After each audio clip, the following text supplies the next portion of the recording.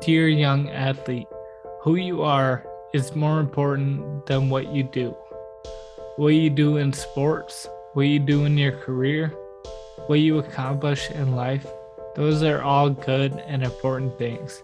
But who you become in the process is much more important.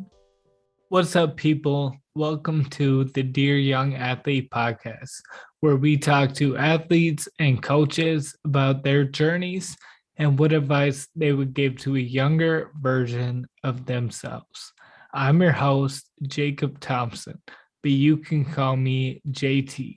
On each episode of this podcast, I'm going to have a guest that I'm going to interview about their journey. So let me introduce to you our first guest. This man today is a husband, he's a father, he's a pastor and author, a recording artist, he is a paracyclist, and as of right now, he is a podcaster. If you did not figure it out, this person is me.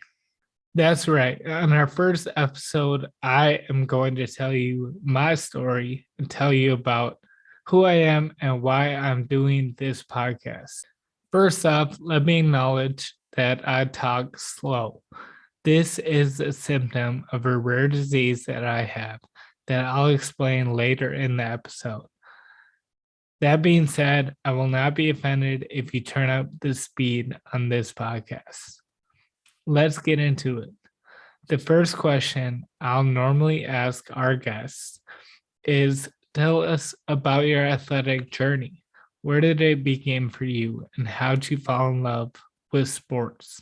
I marked the beginning of my athletic journey in kindergarten. Pretty early on in the year, it came time for fitness testing. From what I can recollect, I got first place in pretty much every test, but one test stuck out to me in particular. It was the pull-up test. I jumped up on the bar and did as many pull-ups as I could. When I got down, the teacher said, "Wow, that's a school record. You did 16 pull-ups." At that point, I instantly was cool and I had friends, and that began me beginning to form my identity in playing sports and competing. That year, my brother was in third grade. One day, I followed him to practice, and to my surprise, the coach let me play on the second and third grade team. That year, I played on the baseball and the basketball team for the second and third graders. I'll never forget one game. This other kid lined up across from me at the beginning of the game, and he laughed when he looked at me. He said something to the effect of, "If you guys want to lose, that's fine." That got me so fired up that I shut this kid down for the whole game. That year, though I was only in kindergarten, was foundational in me beginning to love sports and love competing. Fast forward, I'm 11 years old. My baseball team wins the league championship game, and I'm awarded with the game ball. My coach pulls me aside and says, I truly believe someday you could play professional baseball." At that point, that became my dream. I wanted to be a collegiate and then a professional athlete. Whether it was baseball or hockey, I didn't care. The following year, I was in seventh grade. I went to a big middle school with about 400 kids in my grade. When it came time for the annual pentathlon, a competition of running, jumping, push-ups, things of that nature, I won first place in the entire grade.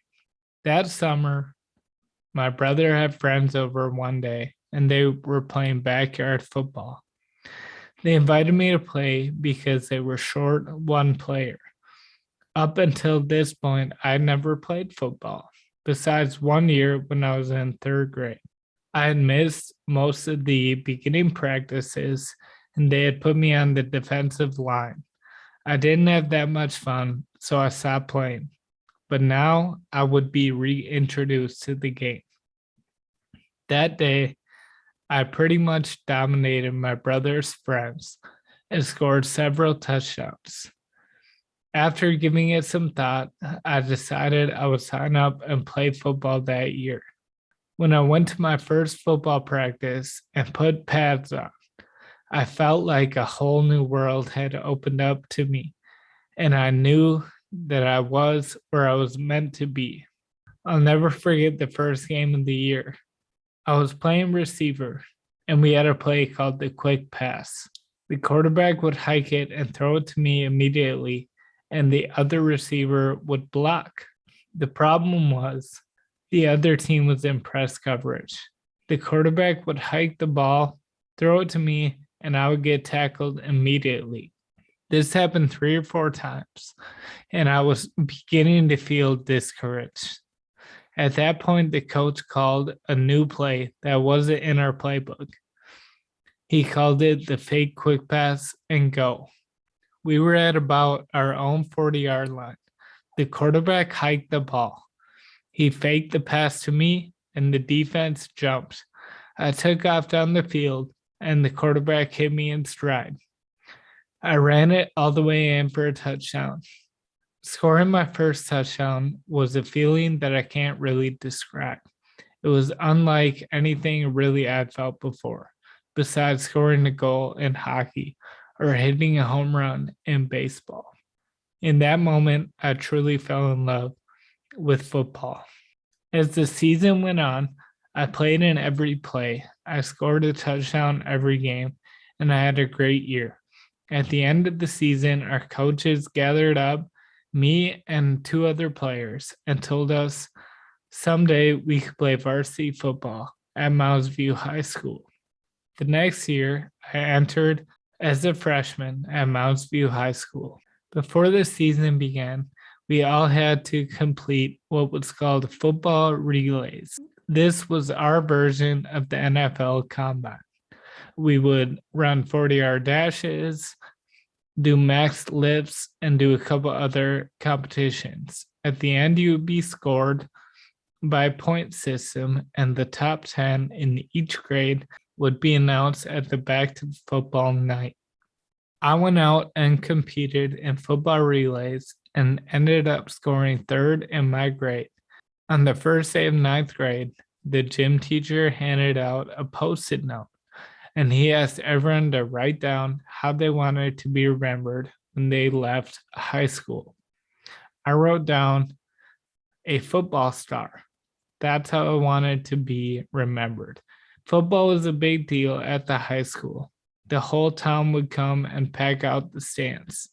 The senior football players were the heroes of the whole school, it seemed like, and I wanted to be just like them. In high school, I stuck with football and baseball.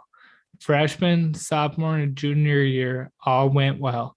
I started on the grade level team each year and performed pretty well.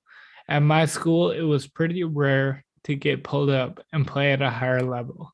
My junior year, there were 20 seniors starting on the football team. So I didn't worry about the fact that I was playing JV. I knew that next year would be my opportunity. The winter of my junior year, I went to a tri-school lifting and running competition. Again, you were scored on a point system. I won first place in my weight class by a landslide. I figured that was a good step towards becoming a college football or baseball player, and that senior year would be my time to shine and to earn a spot playing at the next level. Senior year came around, and it was time for football relays again. I had been in the top 5 each year, and I planned on doing so again. But this year, something different happened. I went to run my 40-yard dash, and I was slower. I wasn't just slower than last year, I was slower than my freshman year. When I went to do my max lifts, I couldn't lift as much as I had done in the past. When two-a-day practice started, I was feeling slower, weaker. My breaks were not as quick. My hands were not as good. I had a general decline in my performance, and I couldn't explain it. In the first couple games, I was in competition for a starting spot, but as the season went on, I ended up getting beat out, and I watched the majority of that season from the sidelines. I watched as my dreams of being a collegiate and a professional athlete came crashing down. I watched as my best friends scored touchdowns, made interceptions, and had articles written about them in the newspaper. I struggled in my identity and to know who I was if I wasn't a star athlete. Eventually, the football season came to an end. My team lost by 5 points in the section championship game. Normally, it would be time to start training for baseball, but I decided that I wasn't going to play this year.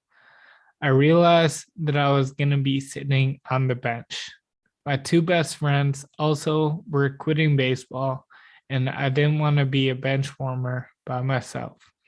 So I didn't play. Instead, I played tennis. My school had been to the state tournament 10 years in a row. It was my first year playing competitive tennis, and I played on JV. I did have a good year and went 14-1, but during that time, it all hit me. My dream of being a collegiate and a professional athlete was over. My identity was crushed. What was my purpose now? I didn't really know. That summer, my football coach showed up at my graduation party. He wrote me a really nice card, and at the end of the letter, he said, "If you ever want to coach football, you're welcome to coach at Mounds View High School." I went to college, and for the first time, I wasn't involved on an actual sports team. I didn't really know what to do with myself. I'll talk about this more later, but in high school, I've been impacted by a couple of mentors who coached me in football and baseball and led Young Life. Without playing sports and without much to do, I became a Young Life leader. I wanted to impact younger guys just like my mentors had impacted me. After doing this for 2 years, my group of guys was going into high school. It was the perfect time to take up my coach on his offer to coach football. I gave him a call, and sure enough, I was hired. That began my journey of coaching. Since then, I've coached high school football for 7 years. I've coached AAU basketball for 2 years, high school baseball for 2 years, and church basketball for about 7 years as well. Coaching has been an amazing way to stay connected to the game and with competition. During my time in college, I still love playing sports. Pickup basketball, volleyball, racquetball, just to name a few. I stayed consistent working out and playing sports with friends several times each week. However, the decline in my physical abilities that began in my senior year of high school only continued. I started getting worse and worse balance. I had less and less energy. At times, I began to feel dizzy. I began to notice that I had trouble carrying things up and down the stairs. Several experiences like this led me to eventually see a doctor. After a long series of tests, I was diagnosed with the rare disease called Friedrichs Ataxia, or FA. FA is something that you're born with, and you have a mutation in your genetic code that results in a low production of a protein called frataxin. Not having enough frataxin leads to damage in your cerebral cortex, eventually causing difficulties in balance, coordination, speech, energy production. This disease leads most patients into a wheelchair and to have a shortened life expectancy. Being diagnosed with FA had a twofold response for me, part of which I'll talk about more later. On one hand, it was very difficult knowing that I had a disease that would only get worse, that it would change the whole trajectory of the rest of my life. On the other hand, it helped me make sense of everything that had transpired in my life up until that point. My dreams of being a collegiate and professional athlete, my decline in my physical abilities, it all finally made sense.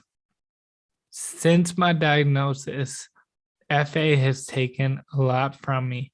It's taken away my ability to run and even to do daily activities that normal people can do. My lack of energy, balance, and coordination limits me on a daily basis from doing things such as exercising or even doing household chores. I thought my athletic journey was coming to an end. Playing obviously had been over for years, but coaching has got more and more difficult too.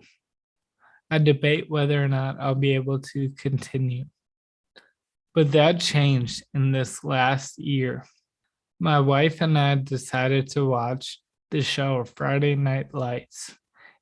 In the show, Jason Street is the starting quarterback. He has dreams of going to the NFL, but in the first game, he suffers a terrible injury and is paralyzed from the waist down. He'll never play football again. Later in the show, however, he finds out about Paralympic wheelchair rugby and he begins competing. When I saw this in the show, I began to wonder if maybe I could compete in para athletics. The problem is, many people that compete in wheelchair basketball or sled hockey or wheelchair rugby have sustained some type of injury that may have put them in a wheelchair, but they still have full strength, balance, and coordination of their upper bodies. That's not the case for me. I have a loss of coordination, and even being in a wheelchair would not be able to solve that problem. I would not be able to be competitive in wheelchair basketball or rugby. I put the thought aside, but then I found out that there is such a thing as paracycling. In paracycling, there are several different classes. One class is for specifically people who have neuromuscular injuries or diseases. When I found that out, it sparked something inside me that made me want to find out if I could actually compete in paracycling. Since then, I began working with the coach and I am training 6 days a week. My goal eventually is to make it to the Paralympics, but we'll see. It's going to be a hard road. So that is my athletic journey up to this point. If you follow me on Instagram or Facebook, I'll make sure to keep you updated on what happens. The next question I'm going to ask each guest on our podcast is to tell us about your spiritual journey. What are the things that have happened in your life that have allowed you to grow in your faith and to share your faith with others? I grew up going to church here and there, praying before meals and before bed. As I grew older, though, I began to have tournaments on Sundays and during the summer that didn't allow me to go to church camp or Sunday school as often.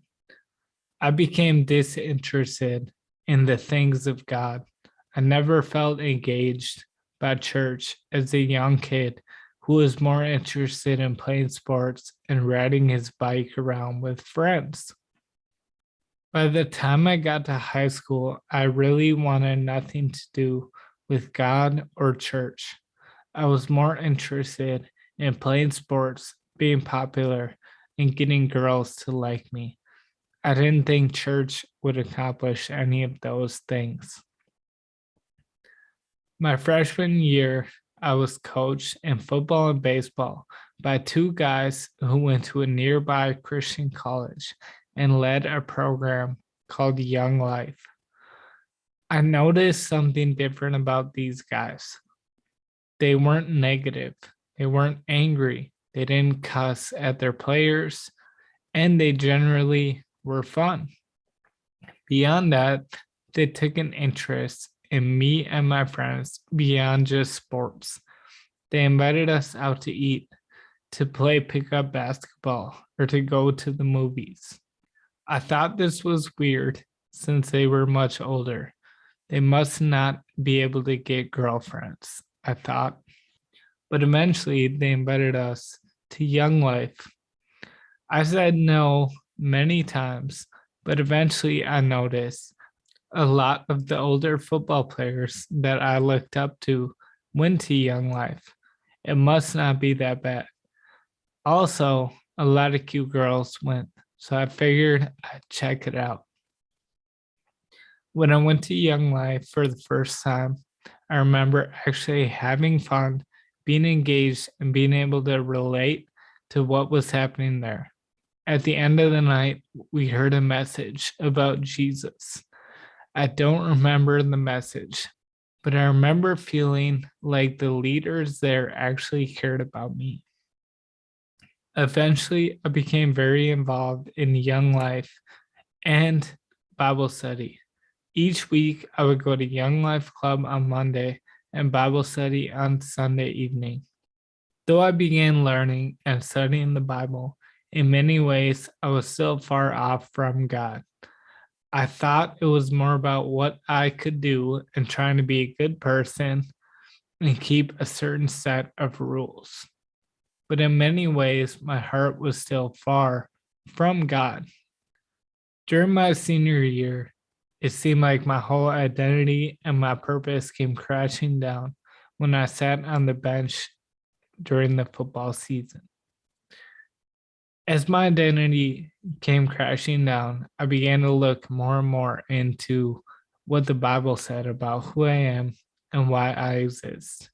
After my senior year of high school, my Young Life group took a backpacking trip to Colorado. During this trip, we had time to explore the wilderness, spend quiet time alone with a few verses of scripture and our prayers. At night, we would gather and share about what we have been learning and about our individual stories. For the first time, I was able to really connect with God. And for the first time with other people, I was able to open up and be vulnerable about some of the struggles that I had experienced. I was able to freely confess my sins for the first time. In doing so, I felt a weight literally lifted off me, and it was like something washed through me. I felt God's love and acceptance, and I marked this as a major turning point of going from having a rule book and a list of do's and don'ts to having an actual relationship with God that influenced everything I did on a daily basis. When I got home, I was determined to read the Bible and to pray daily. I went off to the Christian college that my leaders had gone to, where I was able to get involved with a community that also wanted to grow spiritually. Through Bible study, community, fellowship, and service, I was able to grow closer and closer to God. I mark these years as a time of laying my spiritual foundation and building it on the rock. Graduated college, got married, and got a job doing full-time ministry in Minneapolis and coaching high school football. Everything was going great until my diagnosis. When I was diagnosed with the FA, it felt like my whole future was crushed. I wondered if God was still with me, if I still had a purpose, if my life still had any meaning. Though in many ways, FA has been difficult, it has shown me what it means to put my hope in my eternal resting place and not in my earthly circumstances. I've learned the truth of many scriptures that point to the fact that we'll all have trials and tribulations in this life, but when we keep our faith, we'll be made stronger and be made into the people that God wants us to be. I have difficult days and I have good days. I have highs and I have lows, but one thing remains steady, and that's my relationship with God that anchors me through the storms of life. I know that one day I'll be in a place with no pain, no tears, no sickness, no death, no FA. And I surely hope that you will join me there. I've seen God work in some pretty cool ways through my story. When I had a dream of being a professional athlete, it was all about me. I wanted to stand up and hit a home run or score a touchdown and have everyone cheer for me. Now, instead, I've been able to stand on stages in front of lots of people. And instead of having them glorify me, I've been able to share about who God is and have them glorify Him. I've put my story into a book called From Diagnosis to Destiny. Your trials aren't meant to break you, they're meant to make you. I would love for you to check it out at the website. With that, I'll transition into the next question that I'll ask our guests. What is one lesson that you've learned playing sports that has impacted your life beyond sports? Well, there are so many lessons I could think of, but one sticks out. I can still hear one of my football coaches in my ear saying, "Players play, coaches coach, and officials officiate." His point was, focus on your job and what you can control, and don't worry about the rest. This lesson has stuck with me in life beyond sports. I can't control that I was born with the rare disease. There are many things that happen in life that are out of my control, but I can control my attitude, my effort, and my response. If I can focus on those things, then I'll be able to move forward and make the best out of the situation. Lastly, I'll have our guest complete this statement. Dear young athlete, here's what I'll say. Dear young athlete, who you are is more important than what you do. What you do in sports, what you do in your career, what you accomplish in life, those are all good and important things. But who you become in the process is much more important. Are you a person of character, of integrity? What would those who love you and who are close to you say about you? How do you treat other people? That is much more important than what you do, and it will carry you a lot further than any talent that you may have. So, while you play your sport, while you do your best, don't forget to also develop your character and hopefully your faith in Christ. Thank you so much for taking time to hear my story.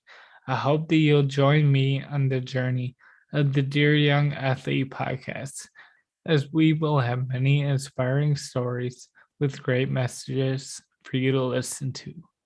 And with that, thank you very much. Until next time.